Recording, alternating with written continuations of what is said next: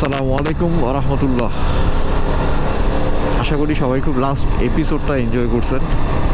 আসলে মাঝে মাঝে এমন হয়, ইউ রিয়েলি ডোন্ট নো যে আপনি কি বের হবেন নাকি হবেন না। সো কাহিনী হলো কি, আমি যাচ্ছি ঢাকায় আমার দুপুরবেলা কাজ শেষ হয়ে যাবে 2টার দিকে আশা করি ইনশাল্লাহ। সো তারপরে কি করব?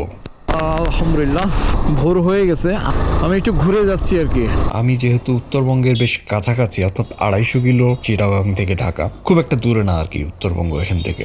ওই চিন্তা করে আমি আমার ব্যাকপ্যাকের ভিতরে এক্সট্রা এক সেট কাপড় আর টুকটাক পাওয়ার ব্যাংক এটা সেটা আমি জাস্ট নিয়ে নিলাম, অল্প স্বল্প জিনিস জাস্ট ইন কেস, অর্থাৎ হাতছানি যদি আমাকে দিতে থাকে, মন যদি না মানে, তাহলে আমি ওই দিকে কোথাও যাব, উত্তরবঙ্গের দিকে কোথাও, অর এনিওয়্যার। যদি মানে পরিবেশ পরিস্থিতি, আসলে ট্যুর গুলা হয় কি অনেক সময় মন চায় যে বের হই, হঠাৎ ঝোঁক উঠে যায়। হ্যাঁ, তো ওইটাই হচ্ছে আমার জন্য পারফেক্ট সময়। অনেক সময় সুযোগ থাকে, পরিস্থিতি থাকে বের হওয়ার, কিন্তু মন চায় না, হয়তো গরমের জন্য, বা আমার ব্যাপারটা এরকমই আর কি। আচ্ছা, টাইম হচ্ছে 7:26। ঢাকা এখান থেকে 146 কিলো। চায় তাহলে বের হবো, তো ওই হিসাবে ব্যাকপ্যাকে এক্সট্রা কিছু জিনিস নিয়ে নিলাম। আগে ঢাকা যাই, যেহেতু এখনো শীত ওভাবে পড়ে নাই, দুপুরবেলা এখনো গরমের ভাব আছে, দেখা যাক, মানে যদি ভালো লাগে আর কি, মন চায় তাহলে বের হবো। ঢাকা এখান থেকে 86 কিলো। আমি কুমিল্লা ক্যান্টনমেন্ট ক্রস করতেছি, টাইম হচ্ছে 8:15 বাজে। এই টার্গেট করে বের হচ্ছি আর কি। সো হয়তো কোথাও যাব, আবার নাও যেতে পারি। সো না গেলে আমাকে ব্লেম দিয়েন না যে কিছু নাই ভিডিওতে। ওকে, লেটস স্টার্ট দ্য এপিসোড। বিসমিল্লাহ। এটা হচ্ছে মেঘনা সেতু। ঢাকা এখান থেকে দেখাচ্ছে 43 kilometre. So far so good. এটা হচ্ছে দ্বিতীয় মেঘনা সেতু। 10:34 বাজে, ঠিক 1.5 ঘন্টা হবে এই ফ্লাইওভারের ভিতরে আটকে আছি আর কি। একটু যায় আবার জ্যাম, একটু যায় আবার। আলহামদুলিল্লাহ লাকিলি রোদ নাই আর কি, রোদ নাই, এই যে মেঘের কারণে ছায়া আছে আর কি। আর না হলে আমি তো মনে হয় টিকতে পারতাম না গরমে, আর এমনি শরীর হলো ক্লান্ত। রাতে উঠছি 3:30 বাজে, সব কিছু গোছাই বের হইতে 4:30 বাজছিল। তারপরে ওই যে ঘুরে আসলাম দিক দিয়ে, আরো ঘুরে আসা উচিত ছিল, গৌরীপুর দিয়ে বের হওয়া উচিত ছিল, তাহলে ওই জ্যামটা তাহলে আর পেতাম না। 3বার কুমিল্লার ওদিকে জ্যাম পড়ছে, 3বার আগে পড়ে। এখন এইটুকু, বাদ বাকি কখন দেখা হবে আমি জানি না। আগে ফ্রি হই, কোথাও ফ্রেশ হই, ফ্রি হই, তারপরে আবার কথা বলবো। পুরাই লাল টকটকে।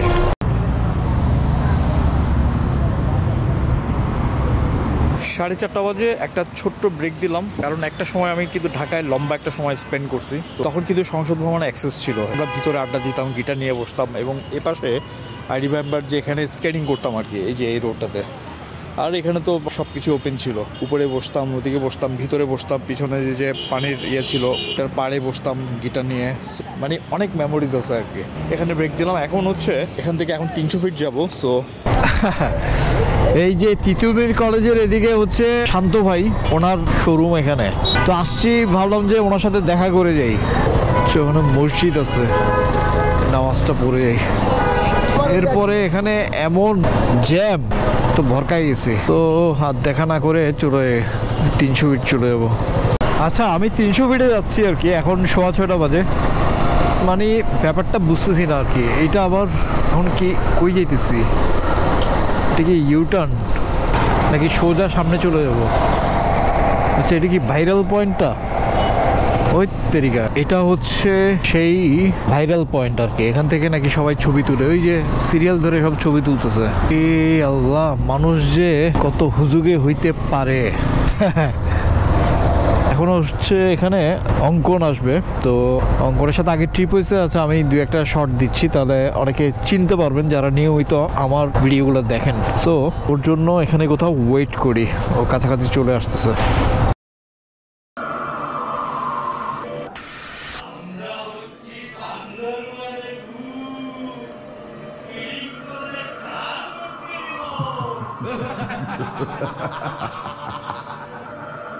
আমার এখনো মনে আছে সাজেক যাচ্ছিলাম, এখনো মনে আছে। আমরা এবার চালাচ্ছিলাম মেঘের ভিতর দিয়ে, খুবই মুগ্ধ হচ্ছিলাম আসলে। সুবহানাল্লাহ, ডিম পাহাড়ের চূড়ায় পুরো মেঘে ভরা। সুবহানাল্লাহ, আজকের নেচারটা খুবই সুন্দর।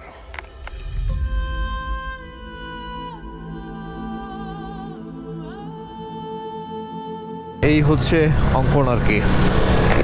ওর সাথে ট্যুর হয়েছে আমার মেবি 2টা কি 3টা ট্যুর হয়েছে। আর এখন হচ্ছে যে আমরা একটা জায়গায় খাইতে যাচ্ছি, এটা নাকি উত্তরাতে জসিমউদ্দিন নাম। আর এই হচ্ছে পূর্বাচলের অবস্থা, মানে এই যে বিভিন্ন ইয়েগুলো করছে, খারাপ না আসলে, ভালোই। এই যে নিচে দিয়ে মানে হাবি যাবি আর কি, একটা ফিল আসে আর কি। এই উত্তরায় জসিমউদ্দিনে না খেয়ে পরে আমি বললাম যে হাঁসের মাংস 300 ফিটে কোথায় পাওয়া যায়, তো এখন আমরা ওইটাই খাইতে যাচ্ছি।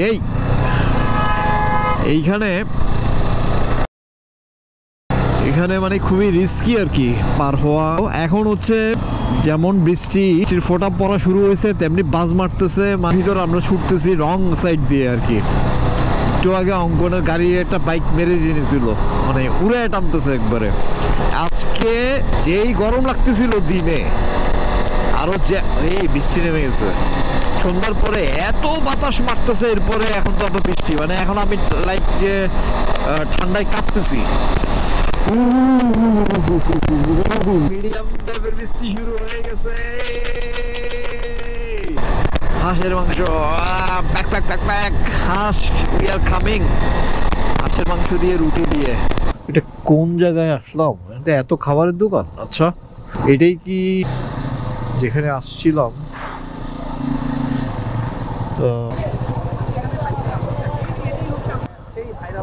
ও আচ্ছা আচ্ছা,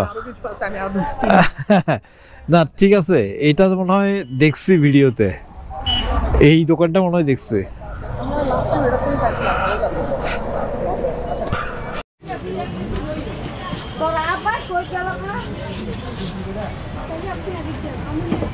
সাদা সাদা রুটি, বড় সাইজের আর কি।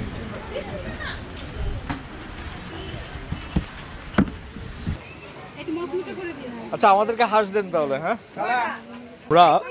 আমরা কিন্তু ভালোই কোপাচ্ছি। এই পর্যন্ত আমরা কয়টা মারলাম রুটি? অনেক বড় সাইজ একটা পার্ট, বিশাল বিশাল বড়।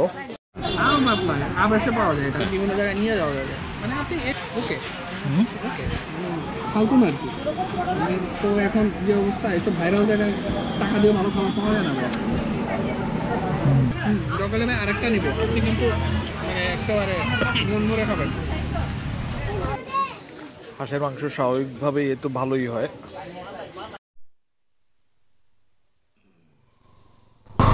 আলহামদুলিল্লাহ, রাত 9টা বাজে, আমরা জবরদস্ত একটা খাওয়া দিলাম। ওকে, লেটস গো। ও আচ্ছা, ক্যাম্পিং এর জন্য গিয়ারটা নিছে আর কি। আপনি ক্যাম্পিং করবে ওই ইয়াতে কাস্টমাইজ করে ওরা বানায় নিছে আর কি, তাই না? তো হচ্ছে অঙ্কনের মেয়ে উমাইজা, খুবই কিউট, খুবই কিউট। উমাইজা, কেমন আছো? হ্যাঁ, এটা কি নিচে? এটা কি? হ্যাঁ, তুমি এখানে উঠছো? তুমি উঠতে পারছো এখানে? হ্যাঁ, তুমি তো অনেক বড় হয়ে গেছো।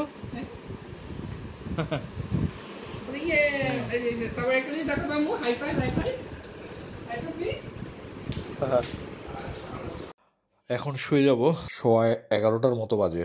আজকের দিন তো মানে সাদামাটা গেল। আগামীকাল কিন্তু ইন্টারেস্টিং কোনো জায়গায় যাব। সো অঙ্কনের সাথে বসে প্ল্যান করলাম, সে কিছু রুট প্ল্যান দিল, সিলেটের দিকে দিল, তারপরে নর্থের দিকে দিল। আচ্ছা, এখন দেখা যাক তাহলে কোথায় যাওয়া যায় আর কি। যাই, 11:15 বাজে। আমার কিন্তু রাত্রেবেলা খুব আর্লি শুয়ে যায় আর কি, এটা একটা প্লাস পয়েন্ট আর কি আমার জন্য। সো যারা দেখছেন, থ্যাংক ইউ সো মাচ। দেখা হচ্ছে আগামীকাল। আল্লাহ হাফিজ।